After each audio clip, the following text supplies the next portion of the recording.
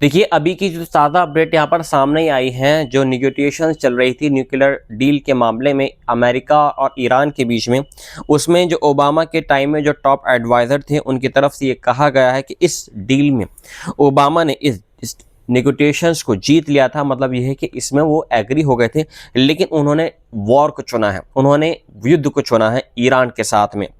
Treta Parsi, who advised the Obama administration on 2015 nuclear deal, reveals what was actually on the table before the strikes। मतलब उन्होंने कहा है कि इस deal से पहले बहुत अच्छी मतलब ये कि बातचीत हुई ईरान और अमेरिका के बीच में, लेकिन डोनाल्ड ट्रंप ने यहाँ पर वॉर को चुना।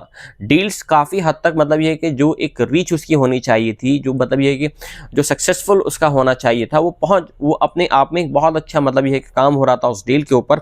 लेकिन यहाँ पर डोनाल्ड ट्रंप ने निगोटिएशंस को नहीं चुना, यहाँ पर डोनाल्ड ट्रंप ने वॉर को चुना है। और ये जो बात बताई गई है, ये बताई गई है ओबामा हम सभी जानते हैं कि former president of the United state, और उस टाइम में ओबामा के साथ में जो उनके जो एडवाइज़र थे, उनके हवाले से इस बात को कहा गया है। यहाँ पर बराबर ट्रंप के साथ में इस बात का मशवरा हो रहा था कि यहाँ पर हम बराबर ईरान के साथ में ताकि ताल्लुकात बनाए रखें।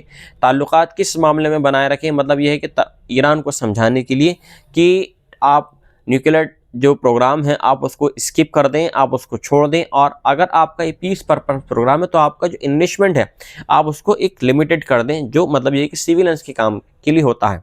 अगर आप उसको इन्वेस्टमेंट को और ज़्यादा बढ़ाते हैं तो उसका मतलब ये होगा कि आप एटॉमिक पावर हासिल करना चाहते हैं। इसके अलावा लेबनान की तरफ से एक और चीज़ यहाँ पर सामने आई है कि Lebanon bans Hezbollah's military activities and orders a group to disarm. और यहाँ पर लेबनान की तरफ से भी अटैक हो गया है इसराइल के ऊपर, ब्रिटेन भी शामिल हो गया है यहाँ पर। तो यहाँ पर आहिस्ता आहिस्ता जो ग्रुप्स हैं, जो ईरान की जो प्रॉक्सीज हैं या अमेरिका के जो अलायंसेस हैं, वो भी अब आहिस्ता आहिस्ता इस वॉर में शामिल हो रहे हैं। और जॉइंट एक स्टेटमेंट जारी हुआ है, जो गल्फ कंट्रीज थी, जो ओपेक कंट्रीज थी, सऊदी, कुवैत, कतर, बहरीन, इन कंट्रीज का एक जॉइंट स्टेटमेंट यहाँ पर जारी हुआ है ईरान के खिलाफ। उन्होंने कहा है कि अगर ये सिलसिला ऐसे ही जारी रहा, हमारे मासूम लोगों के ऊपर अगर ईरान ऐसे एयर स्ट्राइक करता रहा, तो हम उसका जवाब देंगे। ईरान को हम अपना भाई समझते हैं, ईरान को हम एक अच्छा पड़ोसी समझते हैं, तो इसका मतलब ये नहीं है कि ईरान जो कुछ आएगा वो करेगा।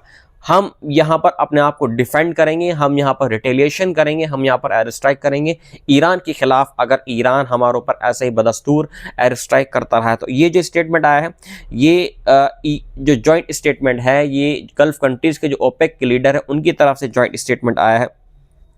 एक तीसरी खबर यहाँ पर सामने यह है कि ईरान ने एक जो अमेरिकन MQ-9 रैपर ड्रोन था उसको भी मतलब इंटरसेप्टेड कर दिया गया है। आप इस वीडियो में देख सकते हैं, जो मैं आपको वीडियो यहाँ पर दिखा रहा हूँ। ये जो आप ये देखें, ये एक यहाँ पर उड़ता हुआ एक यहाँ पर ड्रोन आ रहा है, और यहाँ पर बराबर उसको वॉच किया जा रहा है, उसको टारगेट किया जा रहा है, और अचानक से उसको टारगेटेड कर दिया गया है। और ये इसको बताया गया है कि ये जो ड्रोन है ये अमेरिकन ड्रोन था MQ-9, जिसको ईरान ने इंटरसेप्टेड किया है।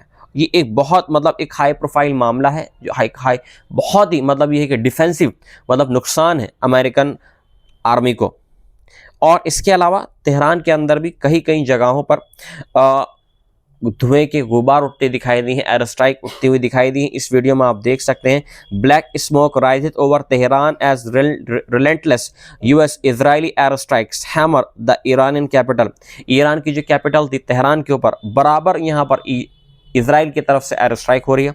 अभी पूरी तरीके से जो गवर्नमेंट की तरफ से नहीं बताया गया है कि ईरान की गवर्नमेंट की तरफ से कि इसमें कितने लोग हैं, लेकिन यहाँ पर अब जो मरने वालों की तादाद है वो बहुत ज़्यादा ऊपर हो सकती है। अभी मैं भी आपको नहीं बता सकता, क्योंकि मेरे सामने भी पूरी तरीके से तस्दीक सामने नहीं आई है। मुझे भी अभी पूरी तरीके से तस्दीक का नहीं पता है कि कितने अभी हलाक हुए हैं ईरान के अंदर, जो ईरानियन जो सिटीज़ हैं वहाँ पर। लेकिन यहाँ पर बहुत ख़तरनाक तरीके से ईरान के ऊपर एयर स्ट्राइक हो रही है।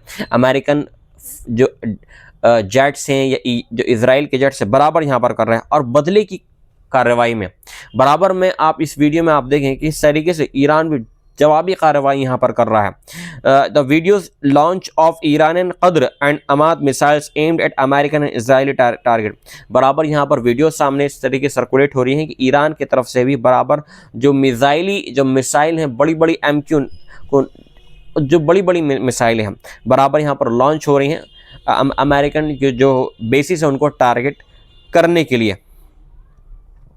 और ये ईरान का ही हाल नहीं है, जैसा इजराइल ईरान के अंदर हाल कर रहा है वैसा ही ईरान जो है इजराइल के अंदर हाल कर रहा है। The moment an Iranian missile struck Beersheba southern Israel के अंदर जो बीर शाबा है वहाँ पर मतलब ईरान की तरफ से बराबर मिसाइल अटैक हो रही हैं बीर शाबा के अंदर, बीर शेवा के अंदर बराबर। और लोग जो हैं, लोगों को कहा गया है कि वो शेल्टर के अंदर जाएं, अपने आप को महफूज करें, लेकिन उन शेल्टर्स को भी नुकसान पहुंचाया जा रहा है, उन शेल्टर्स के ऊपर भी अटैक किए जा रहे हैं। बंकर बस्टर बम जिसको कहते हैं ना, अमेरिका ने जैसे बंकर बस्टर बम बनाया है, तहखाने के अंदर भी वो मार करने की क्षमता रखता है, ऐसे ही ईरान ने अपनी बैलिस्टिक मिसाइलें बनाई हैं।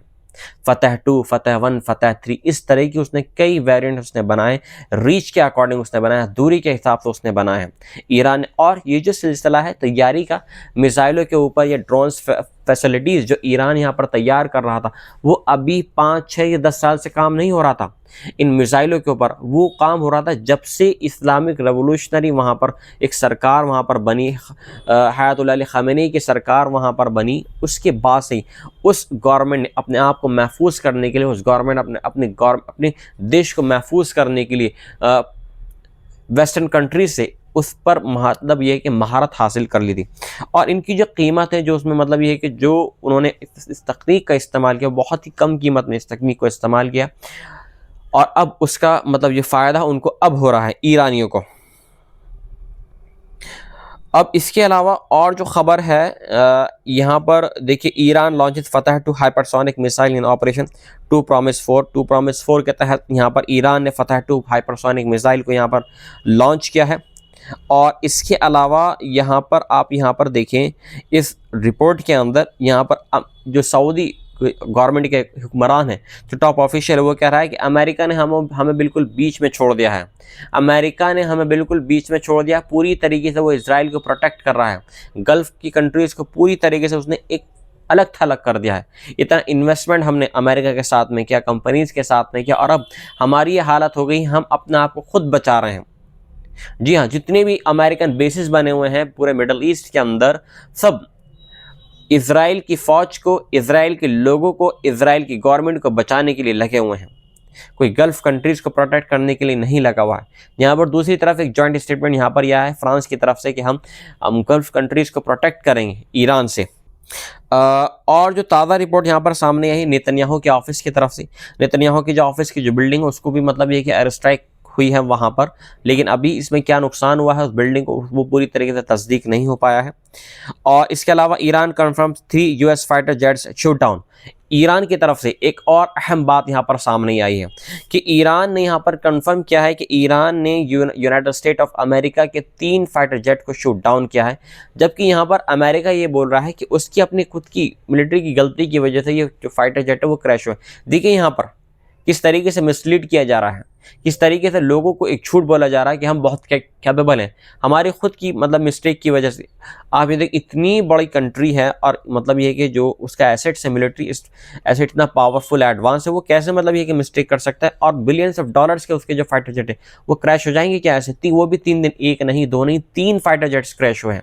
तो यहाँ पर ईरान की आर्मी ने इनको क्रैश किया है, इनको मतलब शूट डाउन किया है कुवैत के आसमान में, और फिर इसके बाद में उनमें एक आध जो पायलट है वो बच भी गया है, जिसने अपने आप को इंजेक्टेड कर लिया, अपने आप को आसमान में ही निकाल लिया, और वो पैराशूट के ज़रिए से वो नीचे आया और उसको हॉस्पिटलाइज किया गया है। लेकिन अभी इसमें पूरी और जो खबर है वो सामने नहीं है। अगली रिपोर्ट में मैं आपको बहुत जल्दी दूंगा कि यहाँ पर जो फाइटर जेट जो क्रैश हुए हैं, क्या उनके मतलब क्या रिपोर्ट है उसके बारे में। Satellite imagery reveals scale of Iran and air strikes on US bases across the region. देखिए आप ये फोटो देखिए, ये धुएं का जो गुबार है ये उठता हुआ दिखाई दे रहा है, और ये जो है जबल अली पोर्ट जहाँ पर अमेरिका का जो बेस बना हुआ है, यहाँ पर आप देखिए धुएं का गुबार उठता हुआ दिखाई दे रहा है जबल अल पोर्ट के पे, और ये दुबई के अंदर है। दूसरी फोटो आप यहाँ पर देखिए मनामा बहरीन, बहरीन में भी जो अमेरिकन जो एम्बेसीज जो अमेरिकन बेसिस हैं वहाँ पर भी अटैक हुए हैं। पॉइंट यहाँ पर देखिए जो सर्किल बने हुए हैं, इन सर्किल के अंदर ये अटैक हुए हैं ईरान की तरफ से भी। The military base hosting US forces eight Erbil international airport, जो इरबिल का इंटरनेशनल एयरपोर्ट है वहाँ पर भी अटैक हुआ है इराक के अंदर। ये बराबर फोटोज़ आ रहे हैं, वीडियोज़ आ रही हैं ईरानियन गवर्नमेंट की तरफ से कि कहाँ कहाँ पर ईरान ने अटैक किए हैं अमेरिकन बेसिस के ऊपर। Israeli air force strike Beirut southern suburb, Beirut से भी खबर आ रही है कि ईरान ने लेबनान के अंदर भी अटैक किए हैं और वहाँ पर कम से कम 30 से 40 लोगों की हलाक होने की खबर आ रही है। बहुत बड़ी ये रिपोर्ट सामने आई है कि अभी शाम की रिपोर्ट सामने आई है कि ईरान बराबर मुंह तोड़ जवाब दे रहा है इसराइल का और अमेरिका का। यहाँ पर निगोटिएशंस की बात चल रही है कि जैसे तैसे ईरान को समझाया जाए। देखिए आपने यहाँ पर क्या करा, पहले तो आपने जो ईरान के सुप्रीम लीडर थे उनको असैसिनेट कर दिया और मारने के बाद में आप ये बोल रहे हैं कि हम अब बातचीत करने के लिए तैयार हैं, हम न्यूक्लियर डील करने के लिए तैयार हैं। मतलब डोनाल्ड ट्रंप का मकसद यहाँ पर साफ था कि हयातुल्लाह अली ख़ामेनी को रास्ते से हटा दिया जाए और तब कहीं जाकर हम इस डील के बारे में बात कर सकते हैं। बहरहाल यहाँ पर अमेरिका ये सोच रहा है कि वो वॉर को भी उसने ही शुरू करा था और वॉर भी वही ख़त्म करेगा।